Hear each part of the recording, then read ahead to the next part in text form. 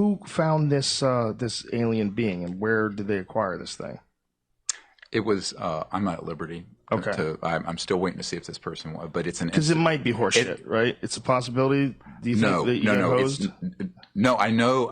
All I'm saying is that it is an organic being. It is an organic being. It is. The CAT scan shows lungs on the inside. It has 10 ribs and not 12. We have now proven from bone density that it's at least several years old, and it's only 6 inches long. So the team. How do you prove that from bone density? When you're dealing with, you look at the epiphyseal plates and how much calcium. In other words, right? But that's humans, isn't it? Why you're dealing with a completely alien species? No. I'm saying if you were to go back, if you're going to assume that it's not ET, then you look at it. What would this be if it were human? I see what you're saying. Okay, so you have to go through an algorithm and it's a diagnosis of exclusion. We could say in medicine, because if it's not a miscarried or aborted fetus, which is the size of what this would be, about 22 weeks, if it's not any known primate. It's not a fossil because it has organic material and DNA material. We've already extracted. We clipped one of the ribs, two of the ribs, and have gotten the DNA material out of the rib of internal marrow. And so this is being processed right now as we speak, literally. So if it was a human, it would be several years old. So that proves that it's not a human.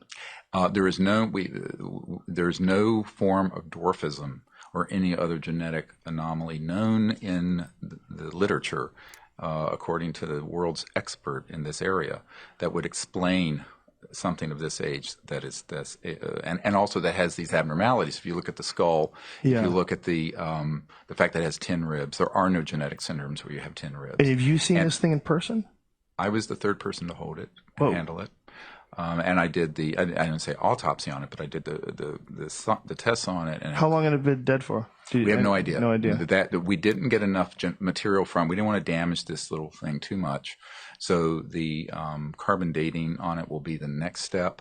We wanted to be sure we had enough genetic material, and if we had to go back, we didn't want to destroy.